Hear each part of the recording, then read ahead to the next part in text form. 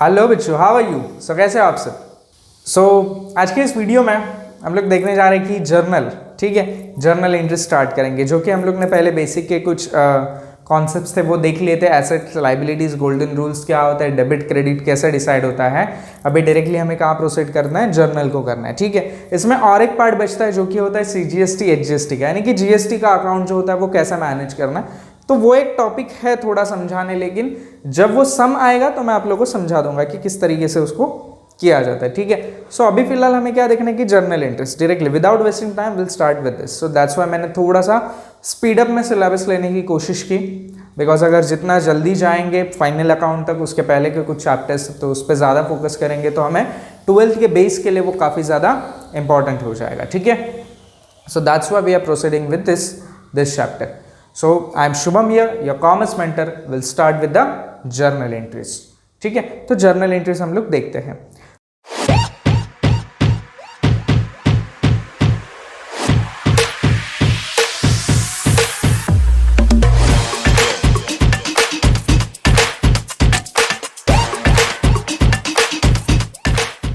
तो journal entries exactly होता क्या है, ठीक है। What do we think about the journal entry? Journal entry, it is an primary stage of the accounting, or it is in first stage of accounting we can say. Okay, from here only the accounting it start, ठीक है। यहीं से क्या होता है, accounting की शुरुआत होती है। तो जर्नल एंट्री समझना हमारे लिए काफी ज्यादा इंपॉर्टेंट है, because if we'll learn about the journal, if we'll understood the journal, then only you can find the ledger, then only you can solve the ledger, and if you are properly able to solve the ledger, then only you can make your balance sheet, you can make your trial balance, okay, and after making a trial balance you may go forward to the final account. So this is what the journal. So journal हमें समझना काफी ज्यादा important. Journal is not tough part, ठीक है। सिर्फ एक चीज मैंने तुम लोगों को बताई थी, that I told you, what is that? The golden rules of accounting.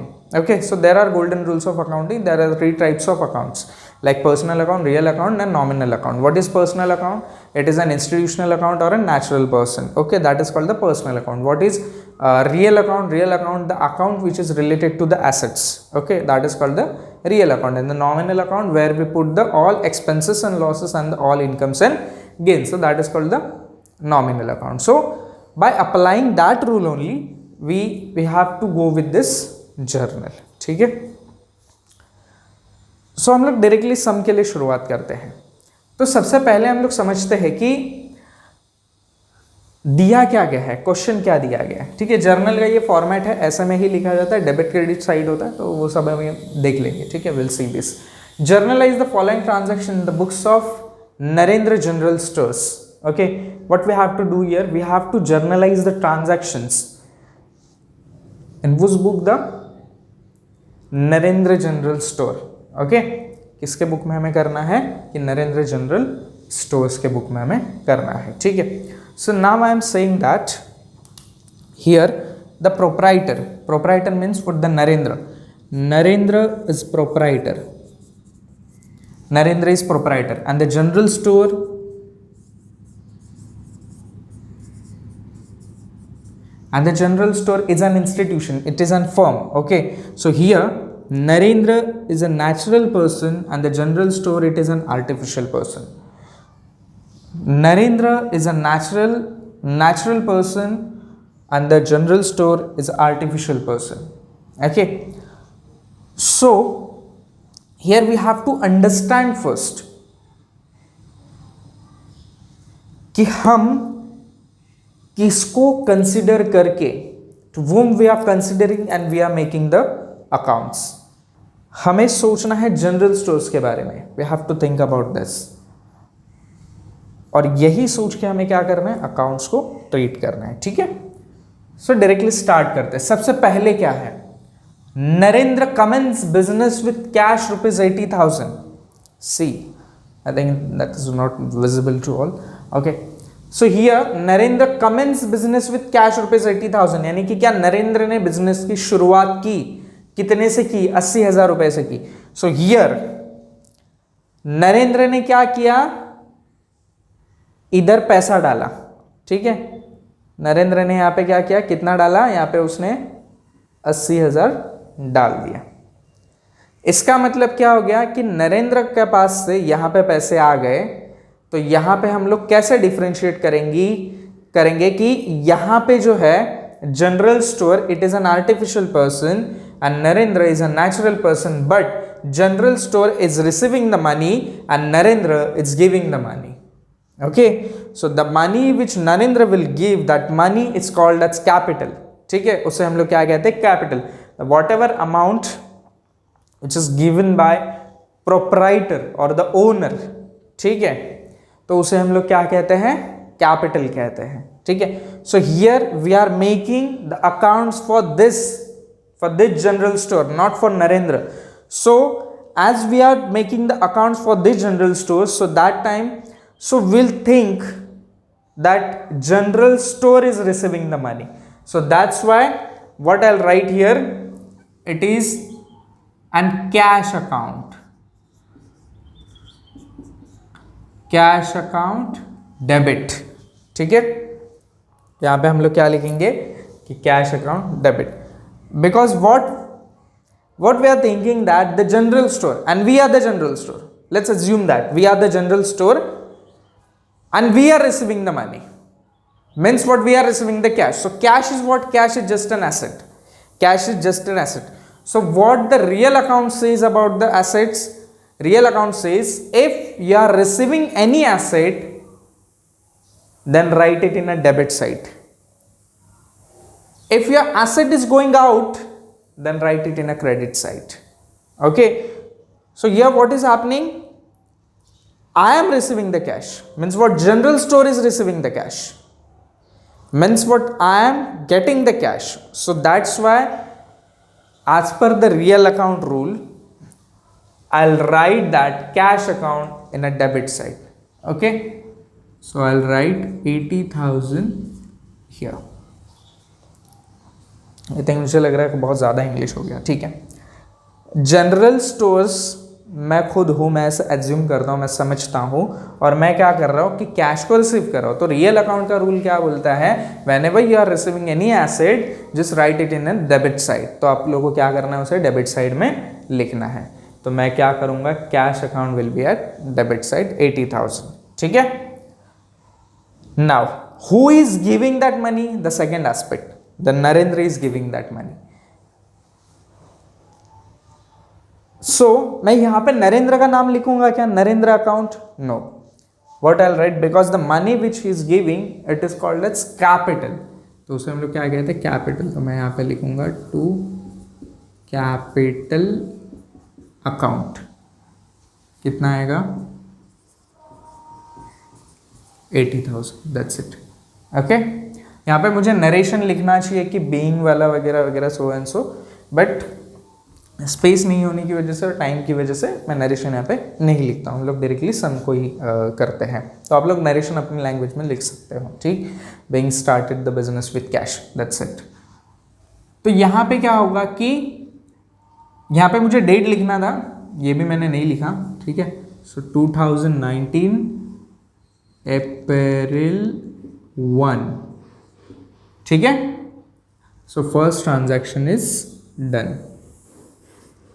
Don't forget to write narration. Okay, so the first is done as Narendra is giving the cash to the general stores. Okay, so I am making that account in the view of general store. Okay, so what general store is doing, general store is receiving the money, so that's why cash account debit. I am receiving the money, general store. Let's assume I am the general stores. Okay, so I am receiving the money, cash account will be in debit side, because real account states whenever the asset are coming into your business, so that time you have to write that account in a debit side. Okay, here the Narendra is what, he is a natural person. Okay, so capital account comes under the personal account. So what is a personal account rule? Debit is the receiver, credit is the giver. So what Narendra is doing, Narendra's account is personal account, means capital account is personal account. Okay, so what is happening here, the Narendra is giving the money, so that's why he is the giver. As he is the giver, so we'll write the two capital account in the credit side. That's it. Next is what, second one. purchase goods from Kiran rupees 40,000 on credit. First of all, you have to think that you are the business, you are the general stores, and you are purchasing the goods. You are purchasing the goods. So that's why purchase will be your expense, because you are paying something and you are getting something. Okay, so that's why if you are paying something means what, the expense is there. ठीक है, तो वहां पे क्या हो रहा है कि एक्सपेंस हो रहा है, तो एक्सपेंस हो रहा है तो परचेस हमारा ऑलरेडी एक्सपेंस है, तो एक्सपेंस हो रहा है तो नॉमिनल अकाउंट को हमें याद करना पड़ेगा. ठीक है, नॉमिनल अकाउंट को याद करना. नॉमिनल अकाउंट का रूल क्या बोलता है?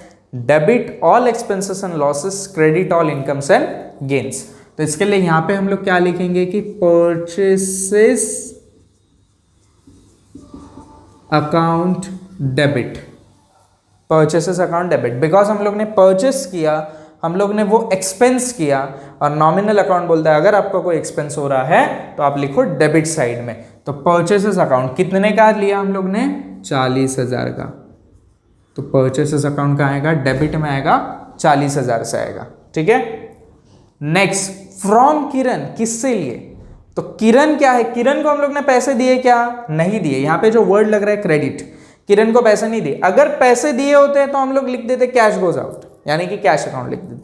लेकिन हम लोग ने पैसे नहीं दिए, तो हमें उसका रिलेशन बताना पड़ेगा जब तक हम लोग उसका पैसा पेड नहीं करेंगे.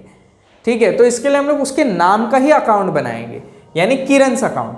तो किरणस अकाउंट मतलब क्या हो गया कि ये नेचुरल पर्सन का अकाउंट है, तो इसके लिए इसको क्या होगा? पर्सनल अकाउंट का रूल अप्लाई होगा.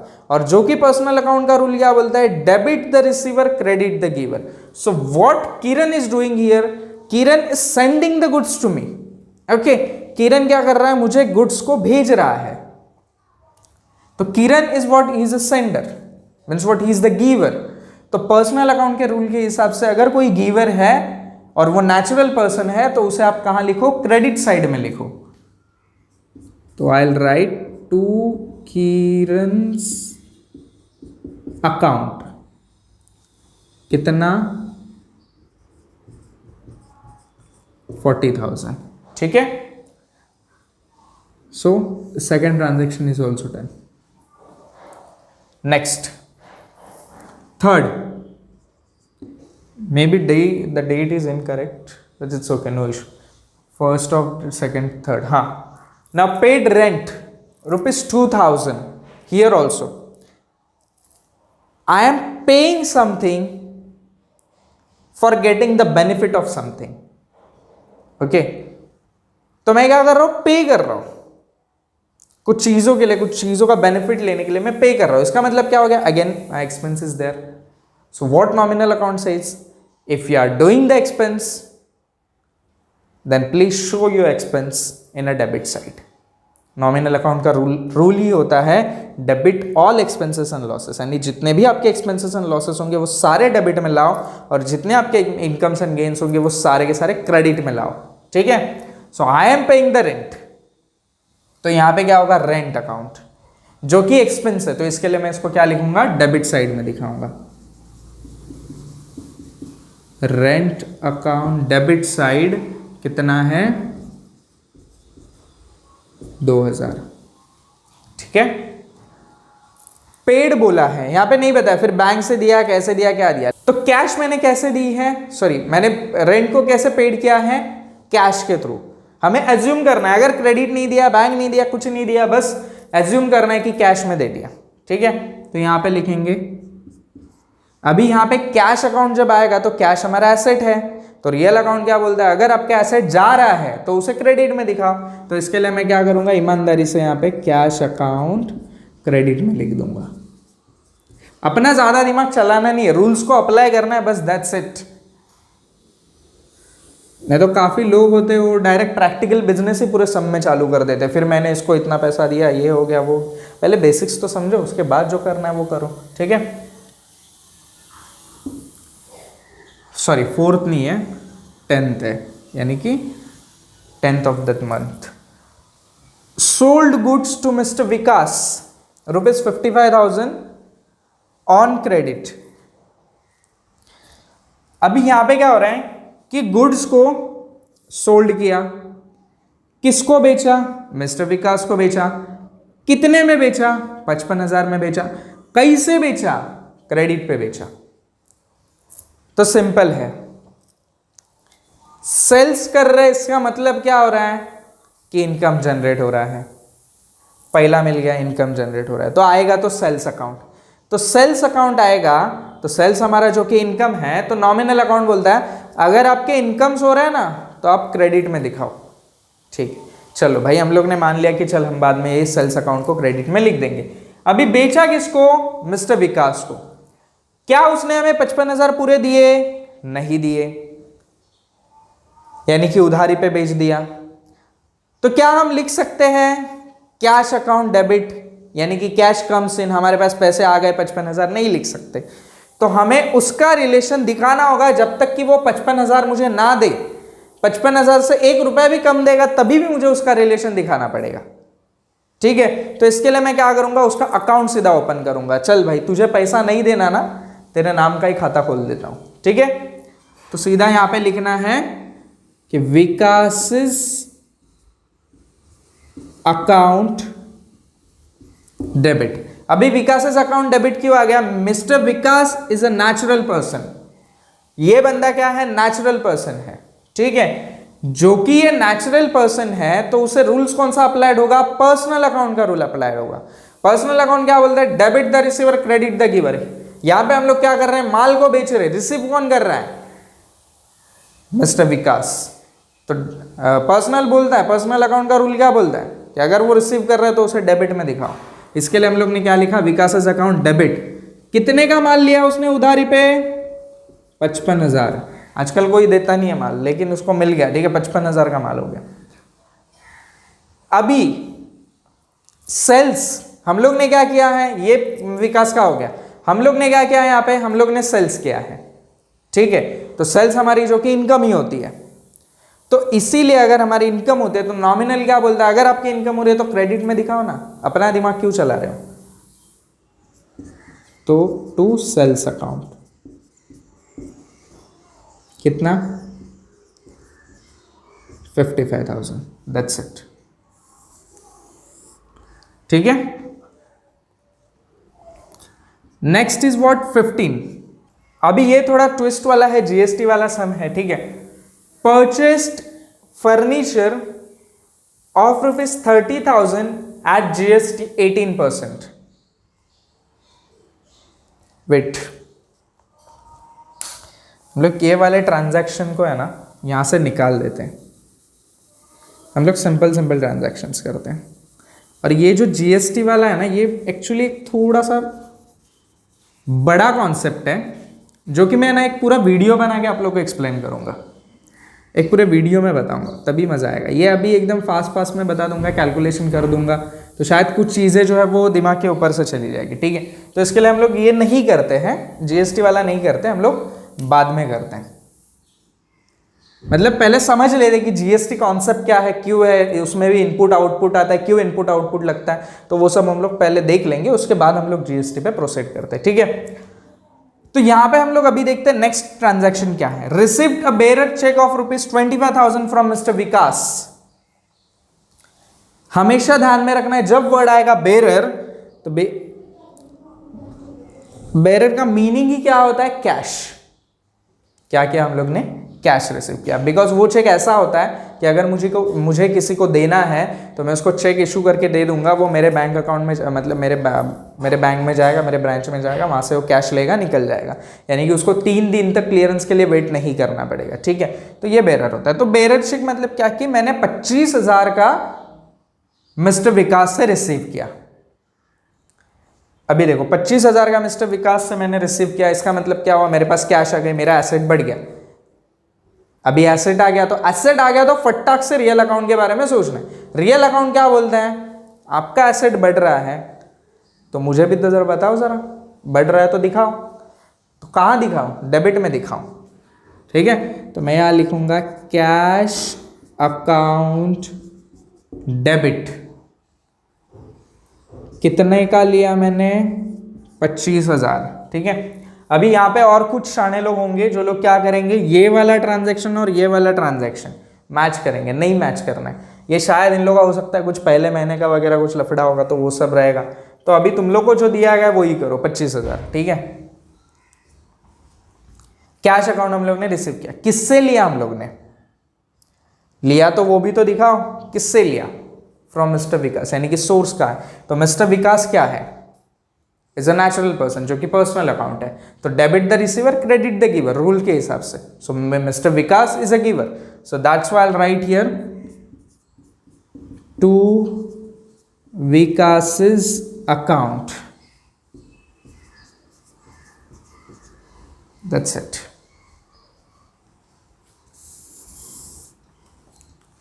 Next, paid to Kiran by check of Dena Bank ₹20,000. अभी यहां पे क्या हो रहा है कि किरण को पेड किया देना बैंक का चेक देके 20,000 का। तो सबसे पहले क्या लिखेंगे, Kiran is what, is a natural person. What is doing here, is receiving the money. So personal account का रूल क्या बोलता है कि डेबिट द रिसीवर, यानी किरण रिसीव कर रहा है। तो इसके लिए यहां पे क्या आएगा, किरण's अकाउंट डेबिट। कितना रिसीव कर रहा है किरण, 20,000।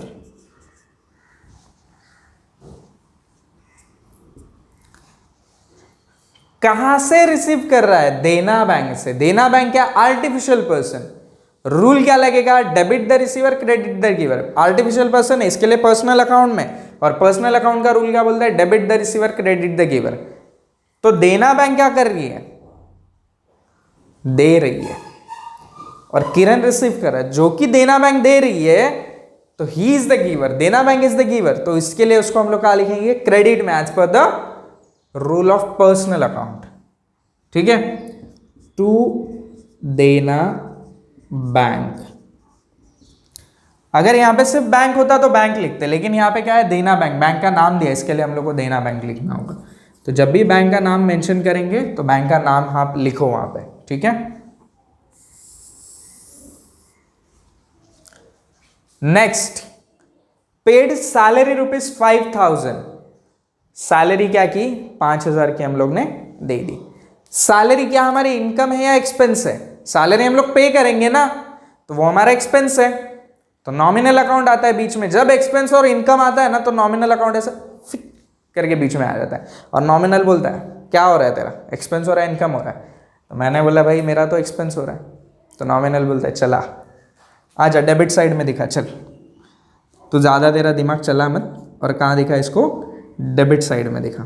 तो यहाँ पे होगा सैलरी अकाउंट डेबिट, ठीक है। कितना, 5,000 पेड किया ना हम लोग ने, तो हम लोग ने इसका मतलब कैश दिया। तो जैसे ही एसेट की बात आती है, जैसे ही रियल अकाउंट कहीं से सुन लेता है तो फिर रियल अकाउंट एंट्री मार देता है, रियल अकाउंट बीच में आता है। रियल अकाउंट बोलता है क्या हो रहा है, मैंने बोला यहाँ से तो कैश जा रहा है, तो रियल अकाउंट बोलते हैं देख अभी कैश जा रहा है ना, तो तुझे कहाँ लिखना है, क्रेडिट में लिखना है। चल क्रेडिट में लिख, तो यहाँ पे लिखना है टू कैश अकाउंट। कितना हो गया, 5,000। ऐसे करके हम लोग ने ये क्या कर दिया, पूरा सम सॉल्व कर दिया, ठीक है। अभी यहाँ पे हम लोग को क्या लिखना है, टोटल, और हमें क्या करना है, ये सारे अमाउंट्स को यहाँ पे टैली करना है, ठीक है। तो हम लोग अभी इसको टैली करते हैं, देखो 80, 40, 1,20,000, 1,20,000, then 30,000 is 1,50,000, 1,70,000, 1,70,000 plus 55,000, it is 30, 2,20,000, 25,000, 2,25,000, 2,27,000। समझा कैलकुलेशन कैसे किया वो, ठीक है। Next here also 80,000, 40,000, 1,20,000, then 25, 30, 1,50,000, 1,50,000, 1,70, 1,70,000 plus 55 2,25,000 plus 2,000 2,07,000 sorry 2,27,000 हाँ. So the debit and credit is equal means what our journal entries are correct. ठीक है. सो ऐसे ही हमें क्या करना पड़ता है कि जर्नलाइज करना पड़ता है ट्रांजैक्शंस को. अभी ये जो मैंने ट्रांजैक्शंस लिए ना, this transactions are very easy, are you know what के एकदम ऐसा हम लोग बोल सकते हैं कि बहुत शुरुआत है, ये तो कुछ भी नहीं है. आगे आगे देखते हैं, देखो कि होता क्या है. ठीक है. तो ये सिर्फ शुरुआत है, तो आगे तक हमें देखना है कि एग्जैक्टली कि जीएसटी जब आता है फिर उसमें और भी ऐसे ऐसे अलग अलग ट्विस्ट आते हैं जो जब बताऊंगा, सम करूंगा तो उसमें पता चल जाएगा.